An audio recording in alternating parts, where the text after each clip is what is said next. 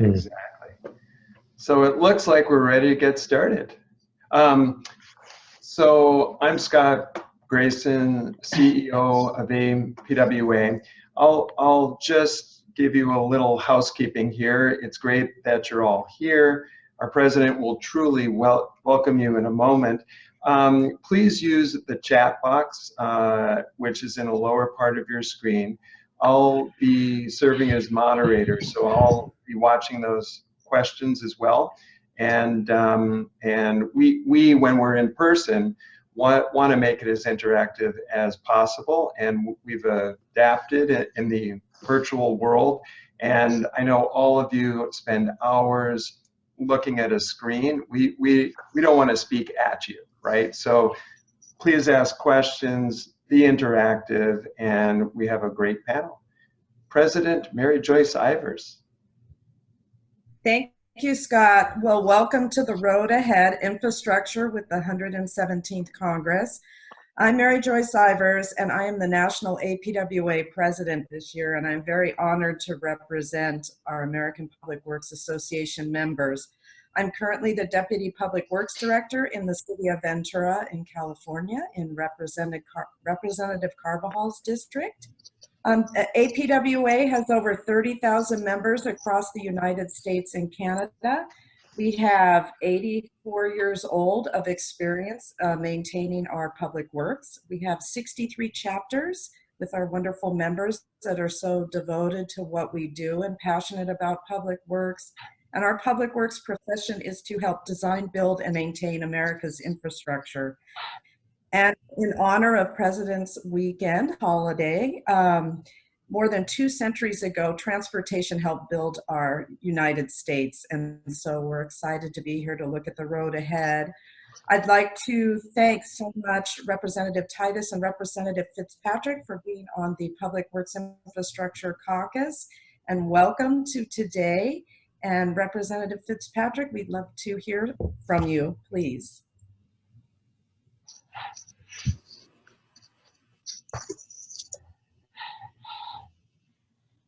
If he's here. Scott's muted. There we go. I was asking if we know if the congressman is on. If he's not, we'll hop right in, and then when he joins, we'll have him say a few words. So, Michael. Yeah, I was just about to say it looks like he has not joined yet, but we can circle back when he comes on. Exactly. Can I ask you to unspotlight so that those people on the panel who speak, the green box will pop up? It looks like, yes, the spotlight's canceled now. Let me double check. Okay. Yep. Yes, as far as I can tell. Mm-hmm. Great. Great. So let's get started. Our House Public Works Caucus that we've been working with Congress on, we've worked with Congress to create policy briefings, and really the purpose is to share our stories. We've got experts all over the United States. As President Ivers mentioned, creating, building, looking after America's infrastructure. What does that even mean? Luckily, we're pleased that the word infrastructure is now a household word, but what does that actually mean? We speak about infrastructure, we speak about infrastructure funding as well. There are many federal mechanisms that help push money to state and local government. I wanted to just show you one infographic before we get started that kind of shows what not everybody even realizes, that state and local governments are spending a very large portion of spending on America.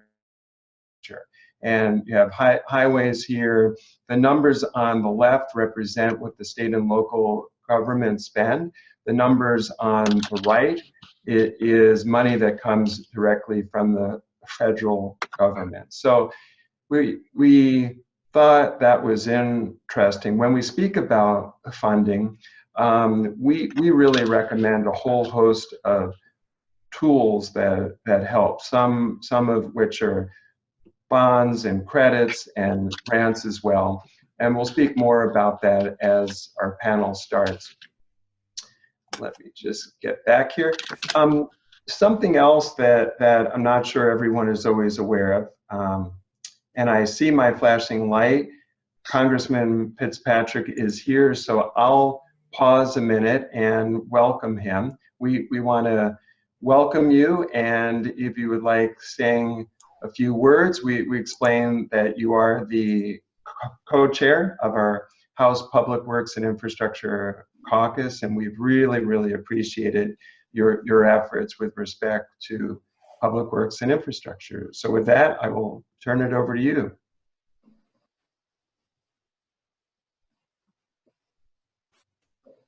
I don't see the congressman, but somebody said he was here. Okay. If you were just on, it looks like he may have logged off. There might be a technical issue, so okay. we can circle back again.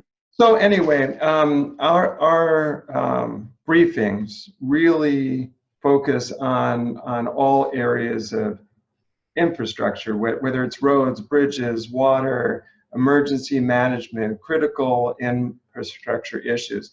This briefing is really to speak about, as we start a new Congress, where are we headed, number one, and then also due to COVID, what has been that impact on cities and states with respect to infrastructure? And as I speak with people around the United States, and you'll hear from our panelists in a moment, there have been a lot of positives actually when the impact of it on infrastructure. But there's also obviously been a lot of negative economic impact as well. So we'll speak about that.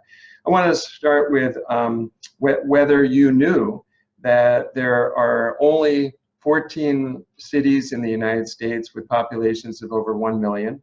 There are only 337 with populations between 100,000 and 1 million. Good, okay, Congressman is here. And then there's 4,100 cities in the United States with populations of 10,000 to 100,000. Our panelists represent a wide swath of small, rural, all the way to one of our largest cities in the United States. So you'll have a great perspective.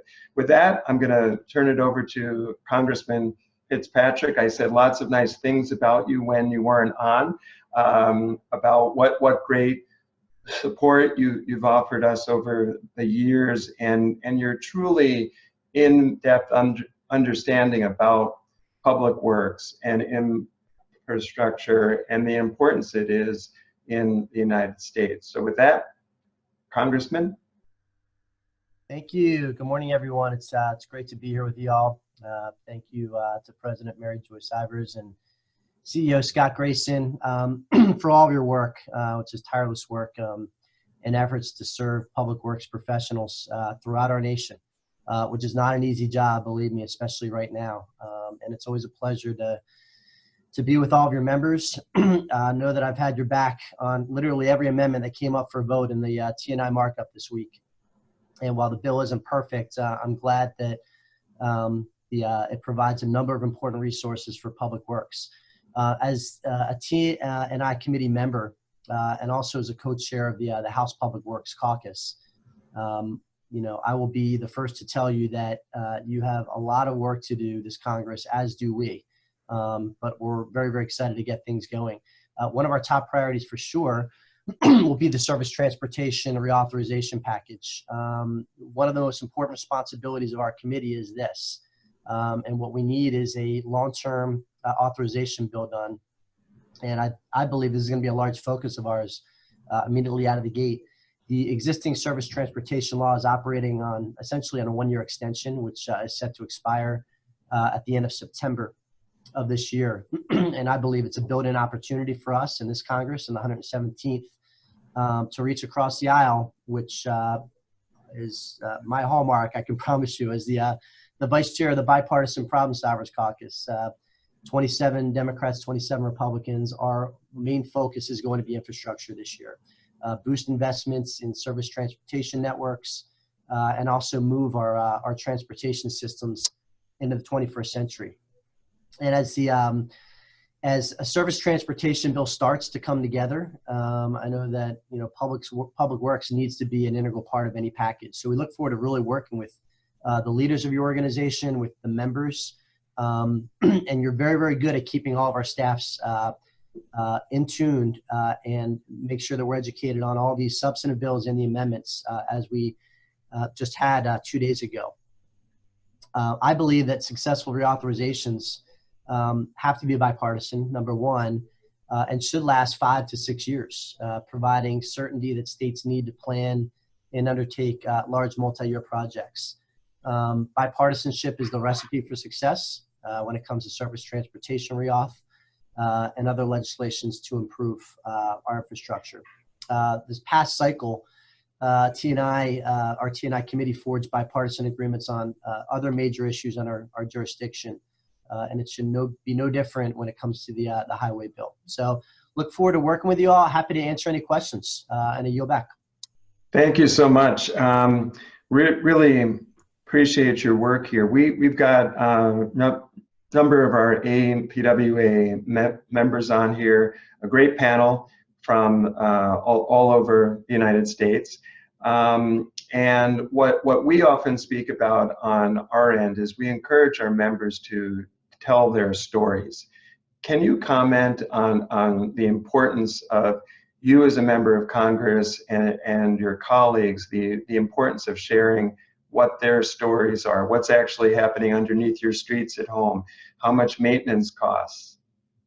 Is it useful? Sure. No, I mean, and we live in the Northeast Corridor here, so this is a infrastructure and transportation hub, really. It's been very, very important that we, particularly those in my region in the southeastern part of Pennsylvania and the Philadelphia metro area and suburbs, that we have really good relationships with all of our colleagues. We represent different areas, both rural, urban, and suburban. We have it all here in the Southeast. Obviously, our constituents are very different, even in this localized region, and therefore the representatives are very different. But I think, number one, it's important that we have those relationships, which I can tell you I certainly do with Brendan Boyle and Mary Gay Scanlon and Dwight Evans and Chrissy Houlihan. I mean, these are some of my closest friends in Congress. They're great members of Congress. Transportation, infrastructure, legislation, and packages are very, very important to us. And we define infrastructure broadly, not just geographically, rural, urban, and suburban, but substantively, not just, over infrastructure like roads and schools and bridges, but subterraneous water piping, IT infrastructure, the electrical grid. The one thing that's unique about infrastructure that I've always raised, and you see the flags behind me, the one over my left shoulder is an FBI flag. I'm a former FBI agent. I've always told people that infrastructure has a big national security component to it. Not many people realize that. Exactly. It has an environmental component to it. When you talk about, subterraneous water piping, for example, we have a huge PFAS contamination issue in the southeastern part of Pennsylvania, including many other parts of the country. So it's important for that. It's a job creator. It's a public safety issue when it comes to structural integrity of roads and schools and bridges and dams and levees and the like. So infrastructure is one of those areas where it touches upon literally every aspect of our life. It's incredibly bipartisan. It's a very popular issue to support. The only discussion really is how to finance it. And there's a number of different proposals on how to do that. And they're all, I shouldn't say all, most of them are very well-meaning and advanced in good faith. And I think that's something we can really forge a compromise on. Well, that's great. I know that we have a number of emergency management experts online here as well. we also embrace that aspect of infrastructure. And our style, as you know, as APWA is not to whine about stuff. We hop right in and we want to find solutions. So know that we are your partner in this. And if you want to stick around, we've got speakers on our panel with from cities with populations of 7,000. That's Parkville, Missouri, with Allison Abel. 22,000 population, South Elgin. That's Mike Millett. 109,000 with our president Ivers in the city of Ventura. And lastly, a very small city of New York with a population of 8.4 million. So thank you. President Ivers? Thank you, Congressman Fitzpatrick. You're speaking our language, and we really appreciate all your support. And yes, we are partners. And it was really exciting to hear that, with workforce development, it's important of looking at public works as a profession is something we're working on. And you will hear some discussion on the finances. We want to build it. We just need the resources to do it. And our policy priorities have been sent to all of our representatives across the nation, and they include what you addressed, the FAST Act with transportation, emergency management, workforce development, and the other side is our utilities with water resiliency. So thank you so much for being here, and we look forward to having a discussion today. My pleasure. So let's get started. When you hear our speakers, think about differences and similarities between each of their experiences, despite what size their population is, what size their land mass is, and where they're situated in the United States. So since we're not physically in person, rather than me reading the bio, I've asked each one to speak briefly about who they are, their city, population, because when they speak, you'll see a green square around them and you can find them on this large screen. So let's start with Joe from the very small city of New York City. Thank you, Scott. Just want to make sure everyone can hear me. Joe Jaron? Yes. Yeah, okay, great. Joe Jaron. I'm Joe Jaron, New York City DOT. I'm the Executive Deputy Commissioner for the city's Department of Transportation here. We're one of the many transportation entities in New York, well, a few. There's an agency that handles our transit, the MTA. We have a large bi-state agency that handles a lot of our ports and airports, the Port Authority. We're the city's department that handles streets and bridges within the city, all the local traffic, all the local streets, and the infrastructure that supports that. And we also run the Staten Island Ferry, which is one of the larger, if not the largest, ferry system in the country. I'm happy to represent the big cities today, although I will say in discussion with my colleagues on the panel, so much of what we face in New York is the same that the others face in other sized municipalities. I'm thrilled to have heard what the congressman mentioned today. We are so excited that we have the prospect of a new infrastructure bill that will provide all of the country, but the cities as well, the resources we need to really address the issue of all of our aging infrastructure, number one, which is a major issue, but then really look to the future and what else can we do to help the economy moving forward and address other major problems like climate change and other sectors where transportation comes in. The one thing I'll say, we actually do have a friend at USDOT now. If you don't know, our former head of our agency is now joining with congressional hopefully approval, the leadership at USDOT.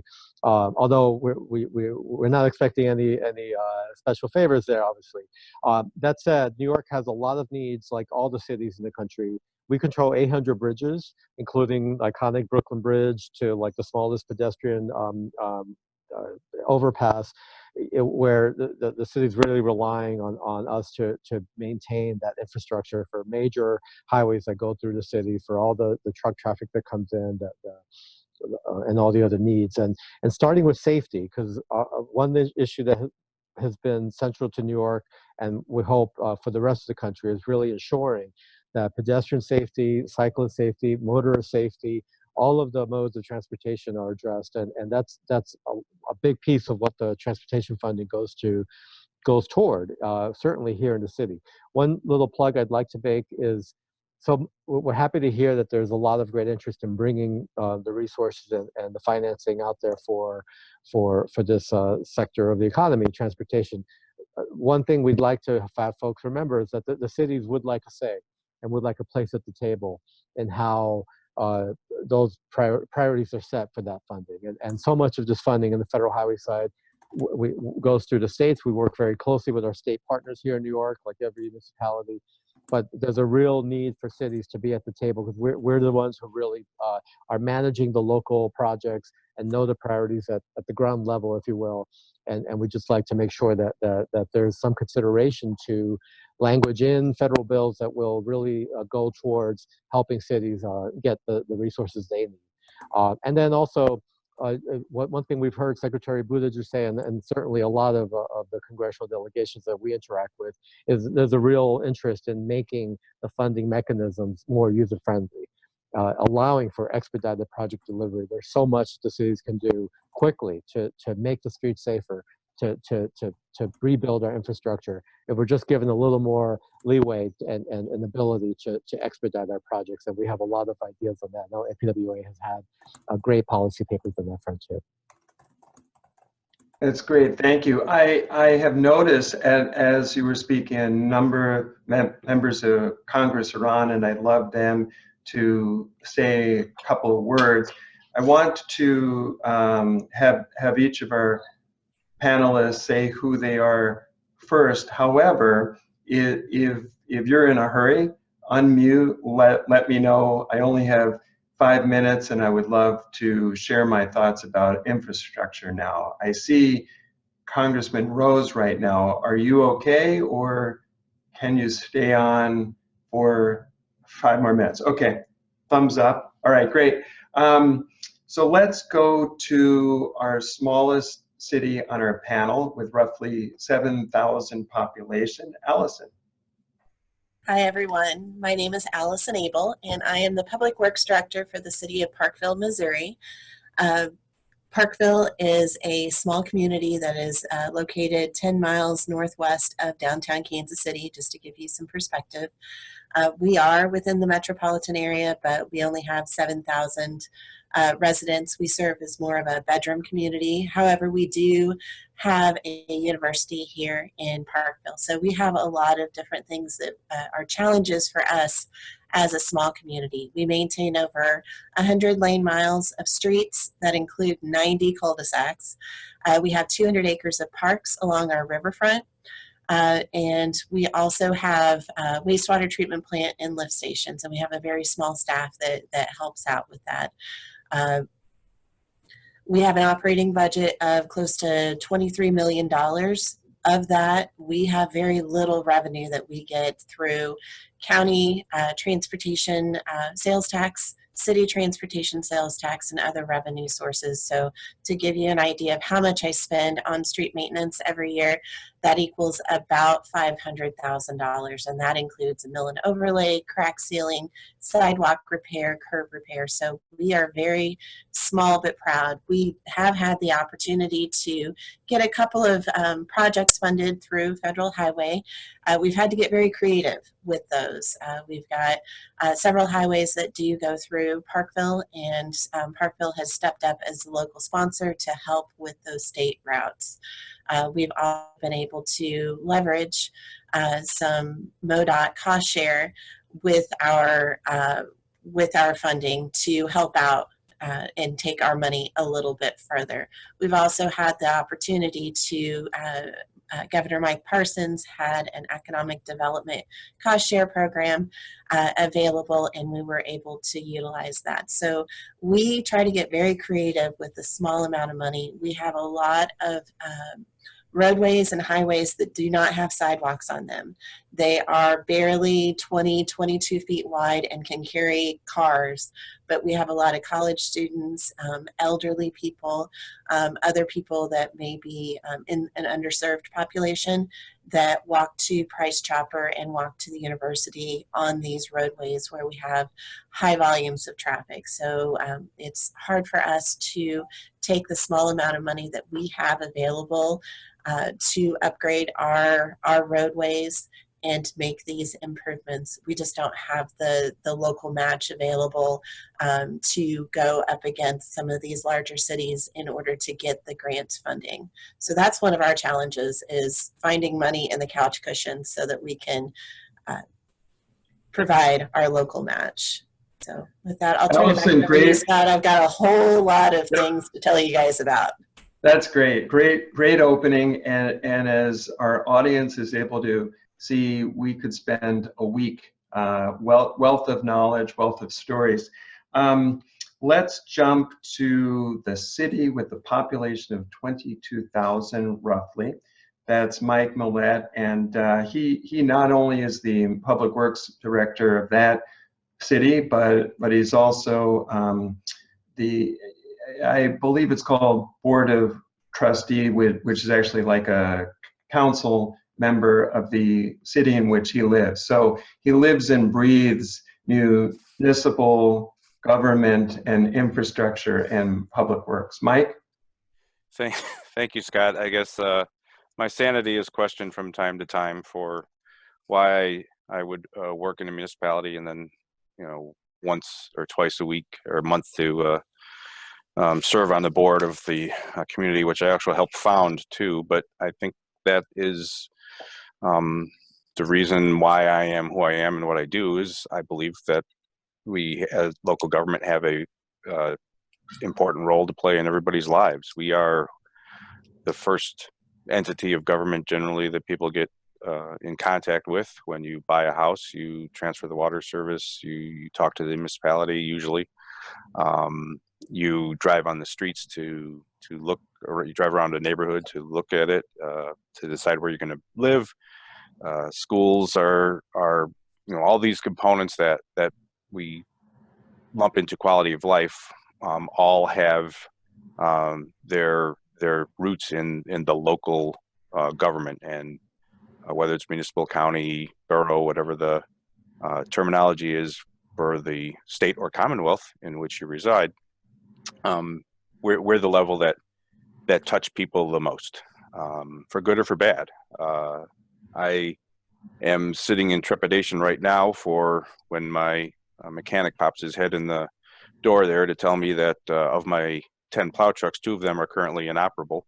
One is probably functionally dead because it's got a cracked head, but he's working on the 9th one to get it back up because we're supposed to have snow tomorrow. So that's an important thing, at least in the northern sector of the country in these times when public works is, we truly shine as heroes, and with our brethren in public safety, fire trucks can actually slip on ice pretty easily, even though they weigh a lot. And police have trouble responding to calls if our roads aren't passable in times of greatest emergency that can affect our friends down in the coast in hurricane season, or here in our friends further west in tornadoes. When those things happen, again, we have to partner with the traditionally viewed as public safety first responders in we're first in, last out. So we clear the trees, then the trucks can roll, help the folks do what they do. And then when the police and fire have to go on to other duties, we're still there. We're cleaning up. In the triage of emergency management, the last generally is response, recovery. That's us. So when the hurricane is gone, and our former chair, Brian Usher, can tell you some exciting stories of waiting with tub grinders for hundreds of thousands of cubic yards of mulched trees, chipped trees. That's us. So I bring that up in my role, not just as Government Affairs Committee chair at this point, but also in my past experience in the public aid, mutual public aid for here in Illinois, and training that I've had through FEMA and stuff.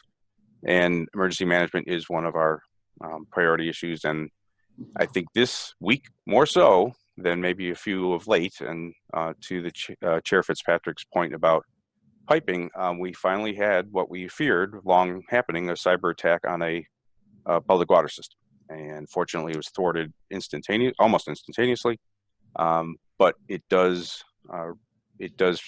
go to the preparation we've had, and being at the table since President Bush, after 9/11, clearly stated Public Works is part of the first response network that we are responding to, as we've seen with great tragedy, terroristic acts against things. I know that I don't know if it's not a morbid joke, but there are very few jokes about engineers. But I do know one that from my schooling, that the mechanical engineers would always joke, and the difference between a mechanical engineer and a civil engineer is mechanical engineers design weapon systems, and civil engineers design targets for those weapon systems. So that's what we do. We protect the public infrastructure, and we thank again Chair Fitzpatrick, Chair Titus for their efforts on our behalf, and we are here to help. Thank you so much for that opening. What's very apparent, and why we love speaking with our members and having them interact with members of Congress and Hill staff, is wealth of knowledge, but it also shows we as Public Works work in over 300 different practices, and that's not as well known. But as you hear each of our speakers, you see what their scope of work actually is. Let's go to the city with 109,000. Actually, I think it's 109,990. You're just on that edge, and that is Mary Joyce Ivers. Thank you, Scott. I'm from City of Ventura, as I mentioned. We're a mission city, so we are older infrastructure, such as a lot of our cities and communities on the East Coast. We are surrounded by the beautiful Pacific Ocean, the National Park Channel Islands, foothills. We have wildfires that we survived, as well as, earthquakes. We just had the 50th anniversary of an earthquake I survived as a child. So California's got a lot of its emergency response issues. We are surrounded by two beautiful natural rivers, the Santa Clara and Ventura. So we have two bridges that are very critical to us. As we learned when we were evacuating with the Thomas Fire, 25,000 people out of our population within a couple hours was amazing. But we were very fortunate that we had evacuation routes, but we are concerned about that. We are currently working on the disaster relief grants with infrastructure and mitigation, so we appreciate that funding is available to us. And as I see, one of the comments from Jennifer Hughes in Illinois is helping to streamline the regulations and those grant applications. So I know that's another piece of helping us getting the funding to where we need to get it to keep our infrastructure in great condition. So we appreciate you being here, and I think it's a good time to turn over to Congressman Rose. Scott? You're muted. So Congressman Rose, if you want to say a few words, please, it'd be great to hear from you. Sure. Well, thank you. I was mainly calling in to listen, and then had a little bit of trouble getting on to the call. So I appreciate the opportunity. I represent the 6th District of Tennessee. I do not serve on the Transportation and Infrastructure Committee. Rather, I serve on the Financial Services Committee in the Congress. But this is an area of great interest to me, and frankly, one of the reasons that I ran for Congress was because of a sincere belief I have that this country is woefully underinvesting in our infrastructure, and I hope eventually to be able to have an impact on that.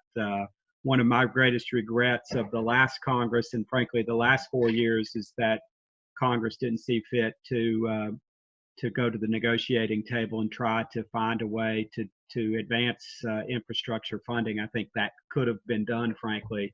hope now that it can be done in this Congress, and I still very regretful that we lost time that, as I think all of you know, we cannot get back. And it's one of the things that my experience as a private business person over the years has underscored for me, and I think those of you listening will know that, is that, and it sounds a bit helpless, I guess, to say it this way, but time lost can never be regained, and I think infrastructure is a place where that's woefully, regretfully true.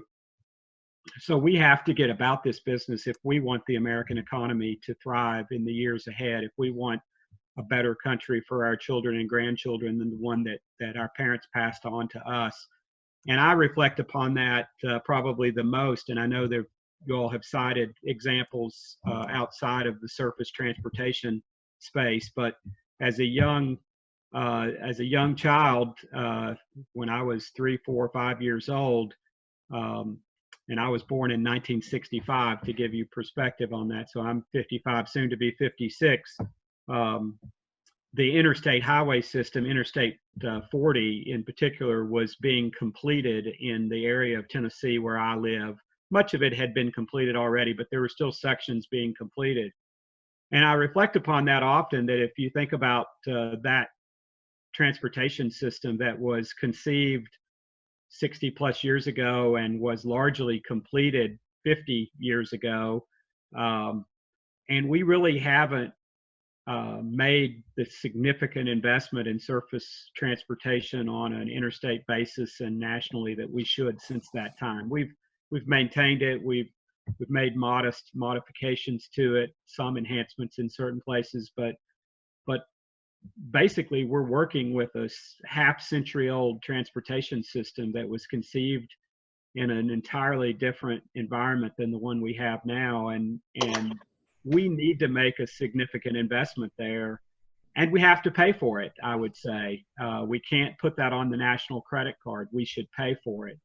And so I'm a strong advocate for that, and enjoy listening then to those of you who are on the front lines of dealing with infrastructure issues. Obviously, infrastructure extends far beyond surface transportation, and I've already heard a good bit of that from others of you on the call today. But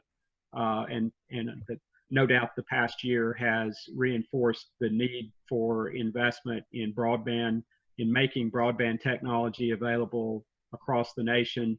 And I would add cellular technology, having it universally available across the country is also, I think, a priority that we need to address. But certainly our water, wastewater, and water treatment systems need to be addressed as well. And so know that as a conservative Republican, this is an issue that I consider to be very important, and it's one that I hope that we can move forward on a bipartisan basis in the 117th Congress and during the administration of the 46th President Joe Biden. And so with that, I'll shut up and turn the meeting back over to y'all. Thank you for the opportunity to say a word. No, thank you, Congressman. Your words are really music to our ears, and I think you may have undersold your role with respect to the future of America's infrastructure. The committee with which you work, is really responsible for flood insurance program, right, and as well as a lot of other mechanisms that we need to finance America's infrastructure. So we're pleased you're on that committee, and we'll be happy to work with you on that. So thank you. Great. So thank you all to our panelists for your opening. We're not ending. We have almost a half hour more. My question for you is really, we've experienced an unusual year. There's a lot of catch phrases out there, unprecedented. We've pivoted. It's like no other year. But can each of you speak to either the negative or positives that have emerged this year due to your response to COVID in your own cities? Let's start with Joe, and then speak up whenever you want. Thank you, Scott. Yes, no, this year has been, like for everybody, unprecedented, tragic on many levels. New York City, as you all probably hopefully know, we were hit really hard early on with the COVID crisis. We had 5 fatalities just among our workforce here. And so it was a tough time, and we really had to pull down all of our crews out there to do resurfacing and bridge repair and sidewalk repair for a month or two. As soon as things started to get normalized, we got out in full force, and really our workforce has been tremendous in helping to bring the city back and getting back to work and really making sure that our transportation network is in place. But one special thing that we did, and I know this has happened across the country, but in New York, but you know, we're the city's Department of Transportation. We've also become the city's Department of Open Restaurants. We now have over 10,000 restaurants in the city that have space on the street network. And we've always had some version of sidewalk cafes in the past, but this is far beyond that. Now we have restaurants situated, as I see it happening all over the country, but the scale of this here in New York has been tremendous, and helping the restaurants really come back and stay in business. And this has been really important to our mayor, to the leadership here, and it's been a success, I have to say. The businesses are still struggling, no doubt of that. But this has been a way for them to maintain their presence in the economy, and then also to really provide the benefit to the public, and then, you know, having these spaces that they can come in. And then in addition to the restaurants, we've had a whole program of open streets where we've been able to create open spaces on certain streets that were not needed necessarily for the traffic use. So and this has also been a real benefit in allowing the public who is still unable to really do much beyond outside of their homes because of the safety precautions, to be able to enjoy some space on the street. So this has been, I think, so popular that now we're talking about making it permanent, even after this crisis is over. There's been a real rethinking of what the streets can be, and we're happy for that. So COVID has been a dark time, but I guess this would be the silver lining, perhaps, that we put on. That's great. Thank you. Allison, when we speak about small cities, you know, I know in more rural communities, water plants were really concerned if one person was out sick, there's only one left. From a workforce perspective or impact on infrastructure, what's been your own experience? And I should also note that Allison is the chair of APWA's Small City Rural Communities group. So she gets all of the input from all over the United States about what's happening out there as well. Allison?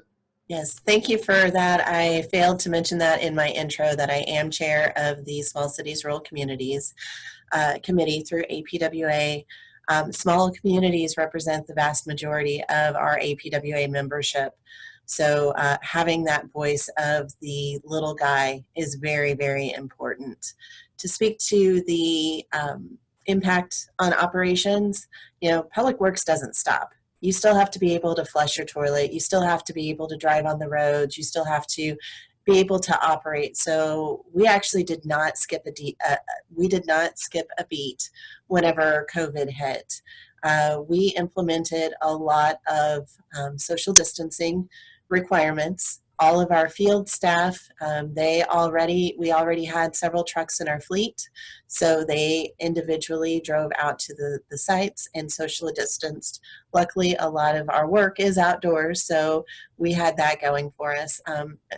Whenever we had people at the treatment plant that were working all at the same time, we tried to assign them different duties so that they were not all at the same place at the same time. We have had some cases of COVID on our staff, and everybody is aware of, if you don't feel well, stay home. A lot of our office staff has been able to work remotely, and it's just been interesting to see how creative everyone has gotten with COVID and being able to continue that operation. You know, a lot of our residents started working remotely as soon as COVID hit. So they were cleaning out their basements, and they still had large amounts of trash that they still needed to get done, to get hauled away. We had yard waste, our yard waste drop off that we continued to have during COVID. To give people an opportunity, since they were at home, they could rake the leaves and be able to drop off their yard waste. So we tried to host all of our normal services as we could, but just take health precautions as we could that made sense to us. We had opportunities to upgrade City Hall during COVID as well. We installed plexiglass in a lot of our public areas. We were able to upgrade our council chambers. So that gave us the opportunity, while everybody was working remotely at City Hall, we were able to bring the contractor in a safe environment and be able to upgrade it so that we didn't have people, contractors working in the same space as we had employees working. We also had the ability to have CARES Act funding through the county. The way that Missouri worked, the funding got filtered down to the counties, and the counties made decisions as far as who got what CARES Act funding. My county in particular, they used the bulk majority of the funding to help out small businesses through a grant program. So they gave $10 million of the $12 million that we got as a county to the small businesses. We were very limited in what we could apply for, and what we did apply for, I don't know yet, but it looks like we're only going to get about 50%. So the city is actually not going to get reimbursed for a lot of the COVID upgrades that we had to, the upgrades we made to City Hall, the extra equipment that we had to have. We had an insurge of people using the parks that they never used before. Everybody's at home. They want to get out there and exercise. So we had an insurge of people using our parks. So we had to protect our restrooms and our playgrounds. Yeah.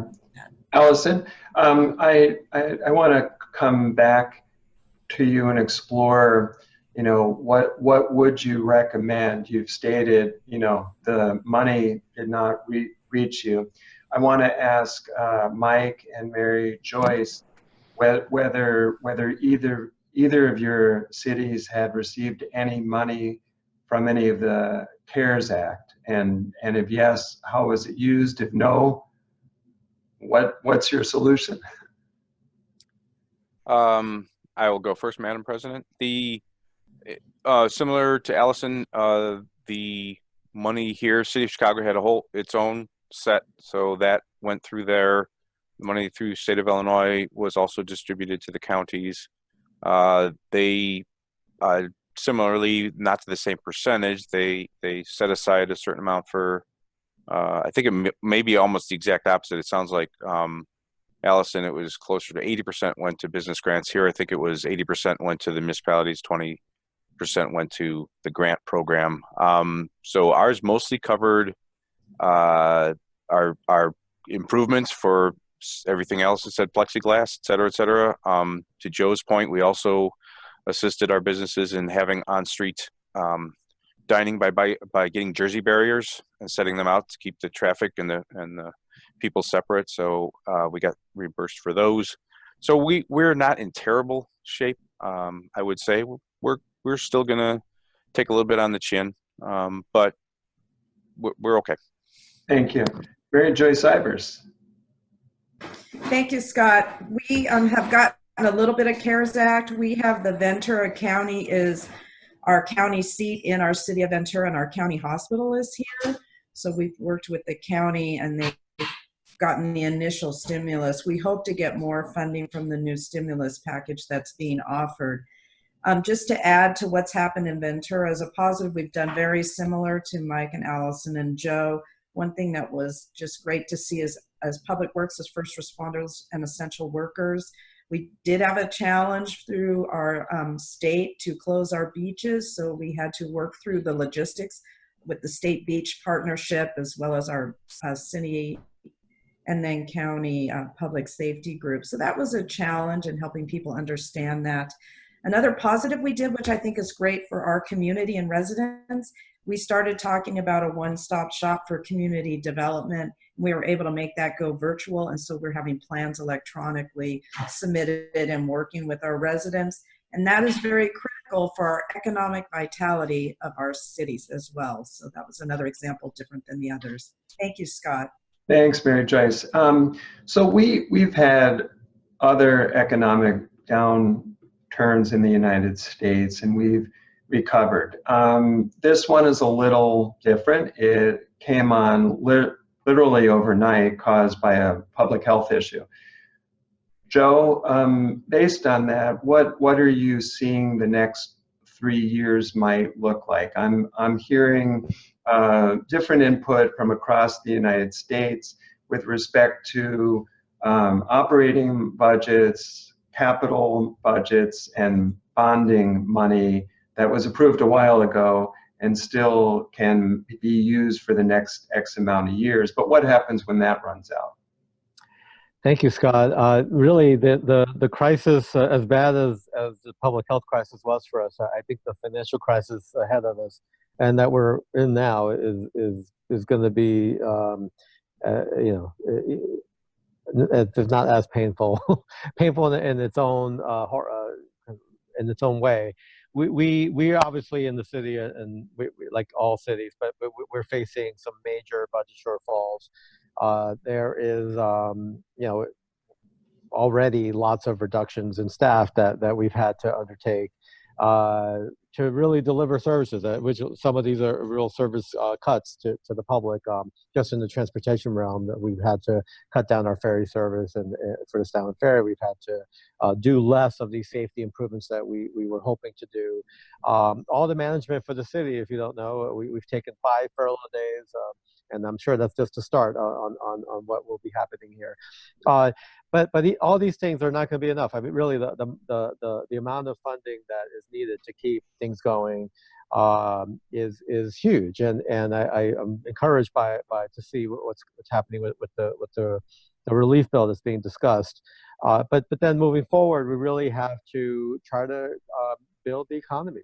This is a real focus for us. We want to be able to create the jobs and help the economy survive, and this is where the infrastructure bill to us is central, and we would love to see that be a part of the solution for us. But we're not going to lie, that we're going to have to really get our pencils down and up and figure out how to do more with less. If that's ever been true, that will certainly be true for these next 3 years. Picking up on that, I've read articles, a wide range, that state and local governments might not recover for the next 10 years. Anecdotally, I'm not really hearing that. Can any of you comment on Mike? I saw your hand up. Yeah, I could go to that, because while the end of my last statement was that we're okay now, to Joe's point, yeah, I'm concerned about the next 3 years. The fear in a lot of local governments is retail tax. We rely on that maybe more heavily than others for our general fund, and then my funding comes mostly from the general fund, a little bit from utility taxes. On the water system side, it's an enterprise fund, so there's the ability to make whole on improvements that are required for it from the rates, but you can't be too draconian on those. But for our overall operating, I'm concerned because we're also the boring stuff. The streets, everybody wants them plowed, everybody wants them cleaned, everybody wants them in good shape. It's a little bit more tricky when you talk about how do you pay for that, as traditionally, a cross country, a toll could be, but that's expected to be on a highway that's supposed to be on a turnpike. That's not on a local road. It comes through property taxes, or in our case, property taxes and sale taxes. So we're a little bit concerned about the long-term impact of that. We're looking at going for the budget cycle we're in right now at about, not at 20%, we're looking more like about an 18% reduction. We're going to hold headcount steady. We're not replacing a couple positions that are open right now, that sort of thing. But thinking back to the most recent, when we look back at the 2008, 2009, a couple things that helped us greatly at that time were the shovel-ready project funds that came.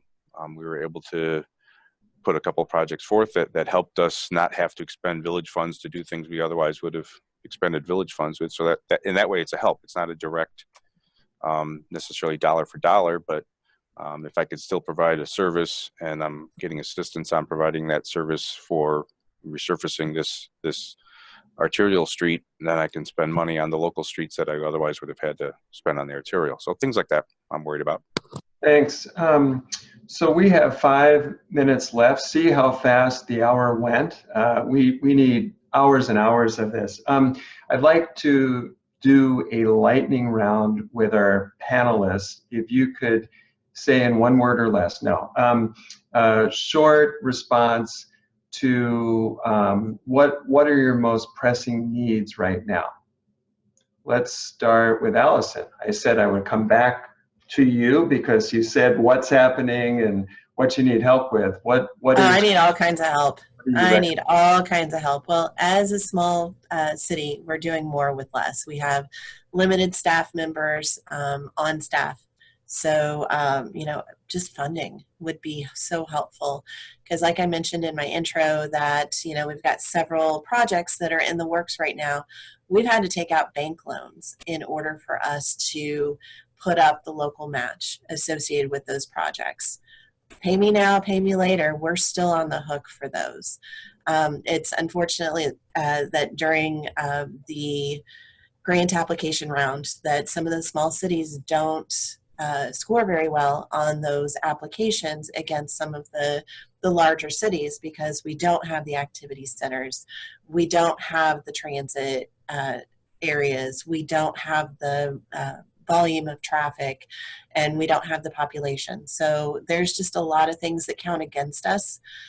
Maybe changing some of the rules would help as well, and maybe earmark a certain percentage of money that goes specifically to small cities to help us out.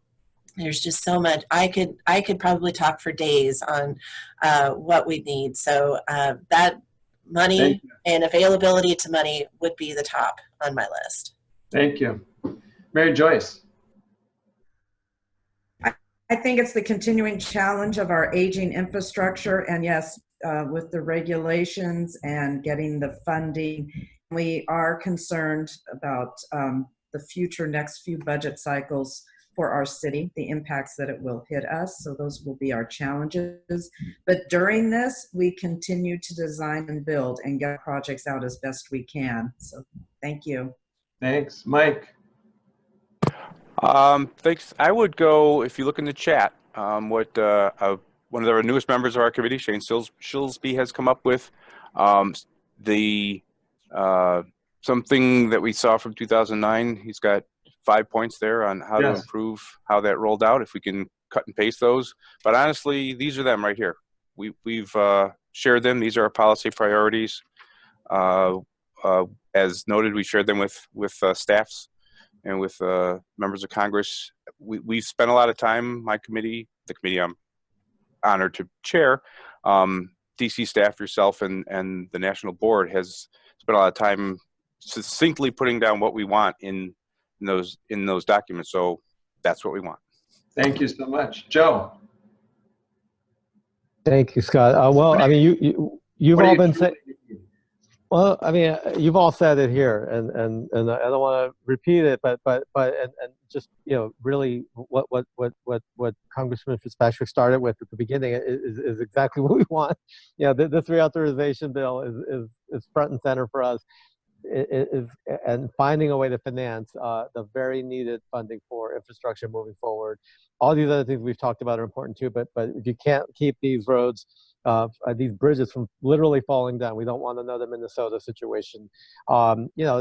This is really crucial for us, and so I would put that very top on the list.